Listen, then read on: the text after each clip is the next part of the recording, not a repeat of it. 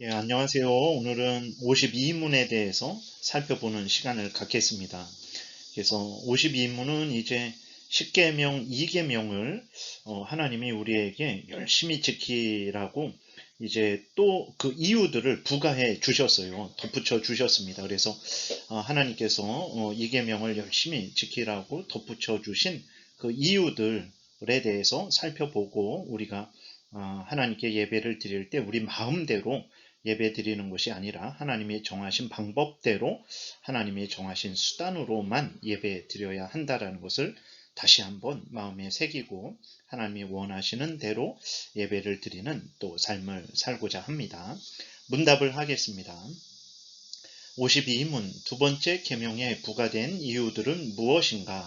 답 제2계명에 부과된 이유들은 우리에 대한 하나님의 주권과 소유권과 하나님은 자신에게 드리는 예배에 대해 열심을 가지고 계시다라는 것입니다. 한번 20장 4절부터 2계명을 한번 다시 살펴보겠습니다. 너를 위하여 새긴 우상을 만들지 말고 또 위로 하늘에 있는 것이나 아래로 땅에 있는 것이나 땅 아래 물속에 있는 것에 어떤 형상도 만들지 말며 그것들에게 절하지 말며 그것들을 섬기지 말라. 그리고 이제 하나님이 부과해 주셨습니다. 왜 그래야 되냐? 이렇게 명령하시고 이 명령을 더 열심히 따르라고 그 이유들을 하나님께서 알려주셨어요. 나 내 하나님 여호와는 질투하는 하나님인즉 나를 미워하는 자의 죄를 갚되 아버지로부터 아들에게로 3, 4대까지 이르게 하거니와 나를 사랑하고 내 계명을 지키는 자에게는 천대까지 은혜를 베푸느니라. 이러한 이유를 덧붙여 주셨습니다. 그러니까 우리가 늘 명심해야 될 것은 이제 이 계명을 통해서 하나님이 알려주시는 하나님의 뜻인데 그것은 우리가 하나님께 예배를 드릴 때 우리 마음대로 예배를 드려서는 안 된다라는 거예요. 하나님이 성경에서 알려주신 대로만 성경에서 알려주신 방법대로 알려주신 수단으로만 예배를 드려야 된다라는 것입니다. 이것을 우리가 마음에 깊이 새겨야 됩니다. 구체적으로 이제 덧붙여 주신 이유들을 살펴보겠습니다.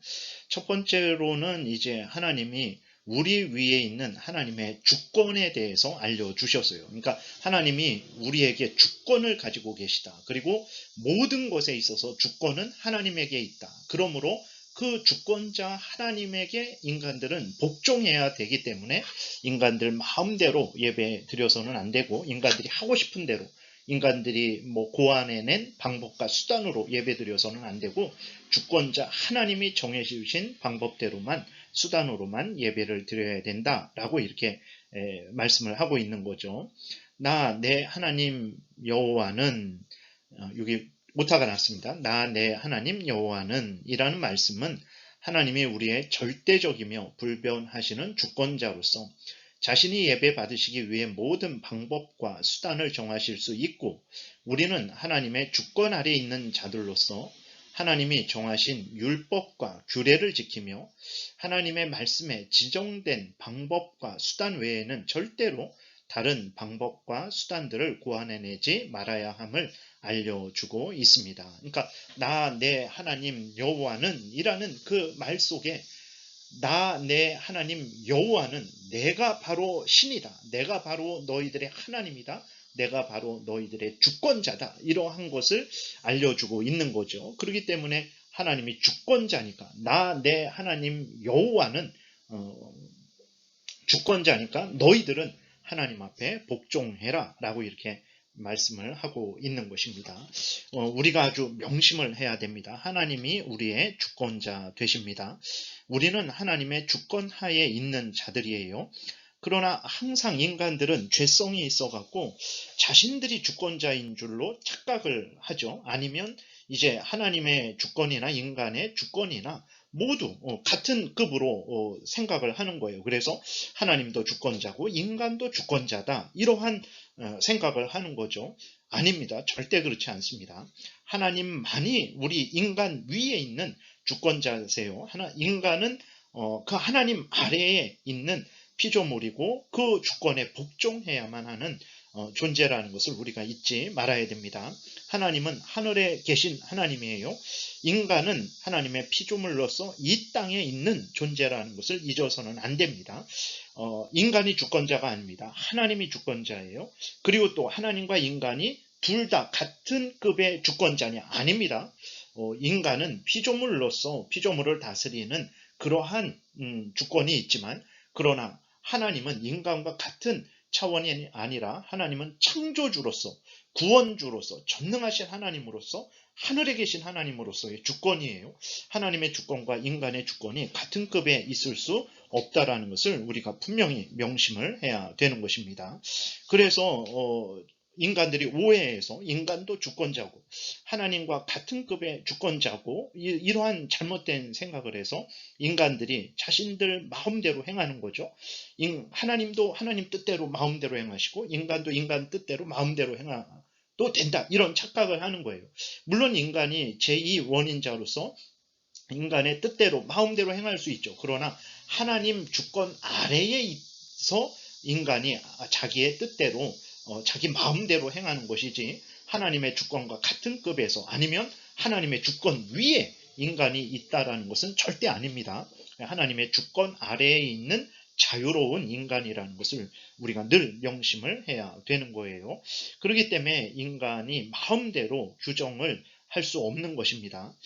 그렇게 하는 것은 이제 하나님의 주권을 무시하는 것이 되는 거죠. 인간이 더 하나님보다 위대하다라고 그렇게 말하는 것과 다를 바 없는 것입니다. 그래서 우리가 명심해야 될 것은 우리가 주권자가 아니고 하나님이 우리 위에 계신 주권자라는 사실, 우리는 하나님께 복종해야 된다라는 사실을 잊지 말아야 됩니다.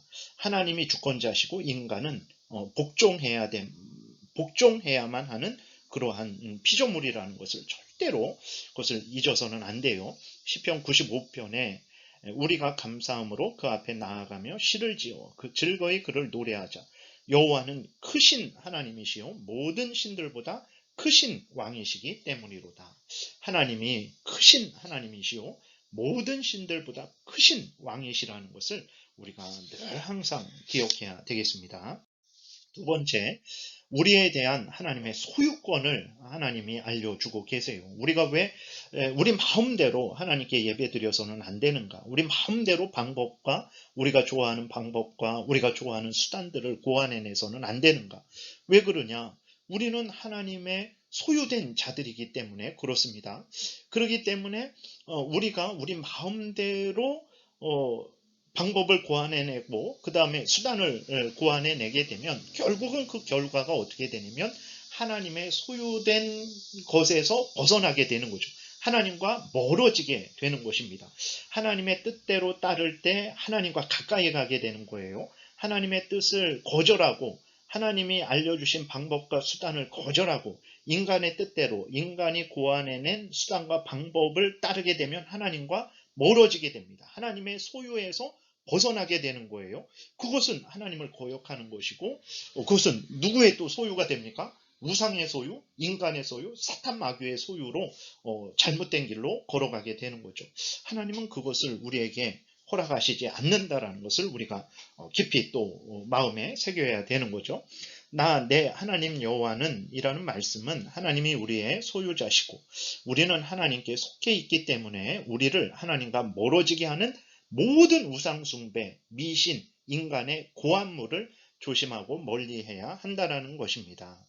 하나님께 가까이 할 수 있는데 어떻게 하나님께 가까이 할 수 있냐? 하나님의 뜻을 따를 때 하나님께 가까이 갈 수 있는 거예요.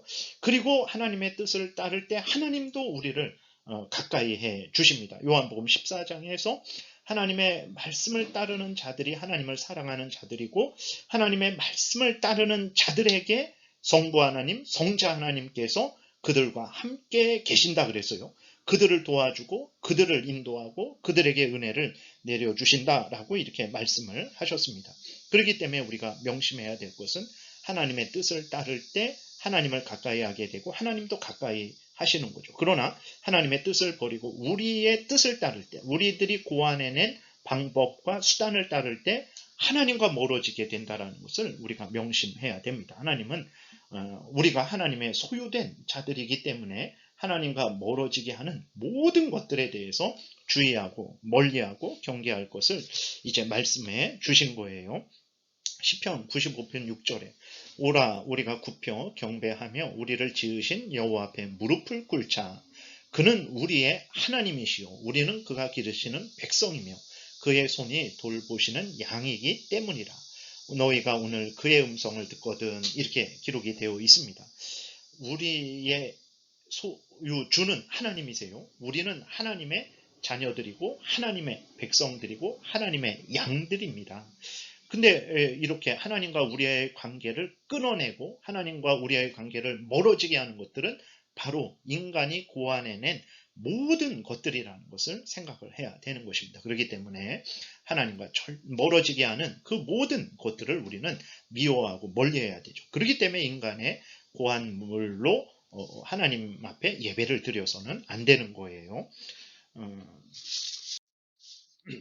3번 하나님은 또 하나님이 하나님의 예배에 대한 열심을 가지고 계시다라는 것을 알려주시면서 반드시 하나님께 예배를 드릴 때는 하나님이 정하신 방법대로 수단을 통해서만 예배 드려야 된다라는 것을 강조하고 계십니다.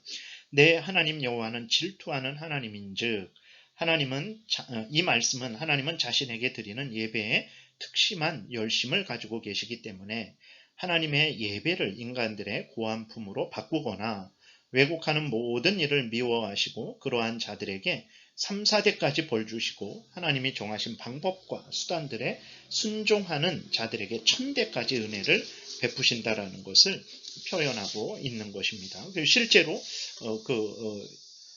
20장 4절부터 2계명의 말씀에 하나님을 거역하는 자들에 대해서는 3, 4대까지 하나님께서 형벌하시고 또 하나님의 뜻대로 하나님이 알려주신 대로 하나님께 예배하는 자들에 대해서는 1000대까지 은혜를 베푸신다라고 이렇게 말씀을 하셨어요. 하나님은 하나님의 예배에 열심을 가지고 계시기 때문에 하나님께 예배 드릴 때 이런 방법으로, 이런 수단으로, 이런 목적으로 예배를 드려라. 분명히 성경을 통해서, 성경 전체를 통해서 우리에게 알려주셨습니다. 그러므로 하나님이 정하신 방법과 수단들을 통해서만 하나님께 예배를 드려야 되는 거예요. 여러분, 우리가 한번 생각해 볼 것은 우리들도 마찬가지죠. 모든 인간들이 마찬가지입니다. 밥을 먹을 때 싫어하는 거 먹지 않죠. 우리가 원하는 거, 우리가 좋아하는 거 그렇게 먹습니다. 옷을 입을 때에도 우리가 싫어하는 거 입지 않습니다. 우리가 원하는 것을 입는 거예요. 내가 좋아하는 옷을 입는 거예요. 다른 사람이 나에게 선물을 줄 때에도 내가 좋아하는 거, 내가 원하는 것을 주기를 원해요. 인간들도 이렇게 자기가 밥을 먹는 거, 그 다음에 옷을 입는 거, 어떤 모든 것들에 대해서 자기가 원하는 대로 해주기를 원합니다. 그리고 그러나 그렇게 자기가 원하는 대로 해주지 않을 때에는 거기에 대해서 화를 내고 거절하고 싫다고 막 그렇게 말을 하죠. 하나님이 인간과 같다라는 게 아니라 생각이 있는 인간도 자기라는 그 존재가 원하는 게 있는데 그래서 자기가 원하는 것을 좋아하고 원하지 않는 것을 싫어하는데 살아계신 하나님이 인간처럼 그렇게 변덕스럽다라는 게 아니라 하나님은 살아계신 분입니다. 인격이 계신 분이에요. 하나님은 싫어하는 것과 좋아하는 것이 분명하신 하나님이십니다.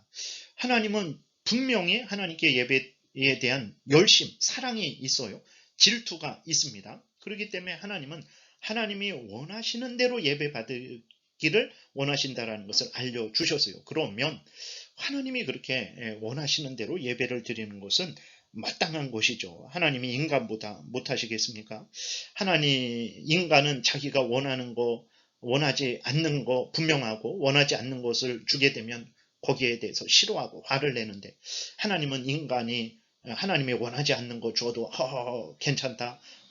인간이 자기 마음대로 행해도 괜찮다. 이러한 하나님이십니까? 절대 그렇지 않다라는 것을 우리가 분명히 기억을 해야 되는 것입니다. 하나님은 하나님께 드리는 예배에 대한 그 열심이 있어요. 사랑이 있습니다. 질투가 있어요. 그렇기 때문에 하나님의 뜻대로 행하지 않는 것에 대해서는 싫어하십니다. 하나님께서 거기에 대해서는 벌 주십니다. 벌 주시는데 어느 정도까지 벌 주십니까? 3, 4대까지 벌을 주신다 그랬어요.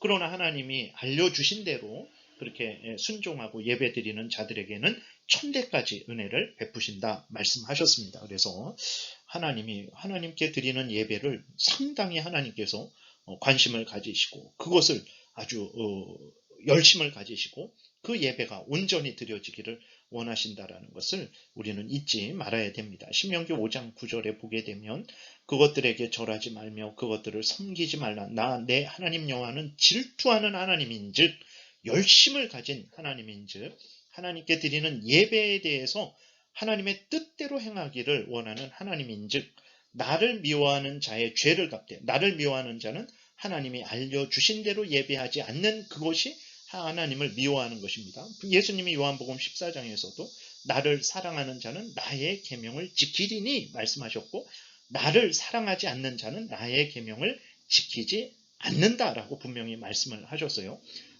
신명기 5장 9절 그리고 출애굽기 20장에서 2계명에서 하나님을 미워하는 자가 누구냐 그랬을 때 하나님의 말씀대로 따르지 않는 자가 하나님을 미워하는 자입니다. 그렇게 하나님을 미워하는 자는 죄를 짓는 자고 그 죄에 대해서는 반드시 하나님께서 갚으시는데 아버지로부터 아들에게로 3, 4대까지 이렇게 하신다. 이렇게 아주 무서운 하나님의 형벌을 선언하셨습니다. 계시록 14장 11절에서도 보게 되면 그 고난의 연기가 세세토록 올라가리로다. 짐승과 그의 우상에게 경배하고 그의 이름표를 받는 자는 누구든지 밤낮 쉼을 얻지 못하리라 하더라. 하나님께서 하나님께 예배하지 않고 우상에게 그 영광을 돌리고 그 우상을 의지하는 자, 하나님의 뜻대로 행하지 않는 자들에 대해서는 하나님께서 형벌하셔서 밤낮 쉼을 얻지 못하게 하시겠다. 이렇게 경고하신 것에 대해서 우리는 아주 명심을 해야 되는 것입니다. 그래서 하나님이 정하신 방법대로 수단들을 통해서만 예배해야 되는 이유를 첫 번째로 하나님이 주권자 하나님이시기 때문에, 두 번째로 우리는 하나님의 소유된 자들이기 때문에, 세 번째로 하나님은 하나님의 예배에 대해서 열심을 가지고 계시기 때문에 인간들이 하나님께 드리는 예배를 마음대로 드려서는 안 되고 하나님이 알려주신 그러한 방법과 수단들을 통해서만 예배 드려야 된다라고 이렇게 하나님이 말씀을 하시는 거죠. 그리고 또 하나 우리가 참고해 볼 것은 그러면 이제 부모가 죄를 지었는데 왜 자녀가 벌을 받습니까? 라고 우리가 질문을 할 수 있어요. 하나님께서 출애굽기 20장에서 그 경고하셨죠. 신명기 5장에서도 동일한 그 이계명을 말씀을 하시면서 경고하셨습니다. 하나님을 미워하는 자의 죄를 갚되 아버지로부터 아들에게로 3, 4대까지 이렇게 한다. 이렇게 하나님께서 말씀을 하셨어요. 아니 그러면 아무런 자식이 죄도 없는데 벌을 주신다라는 것입니까? 그게 아니에요.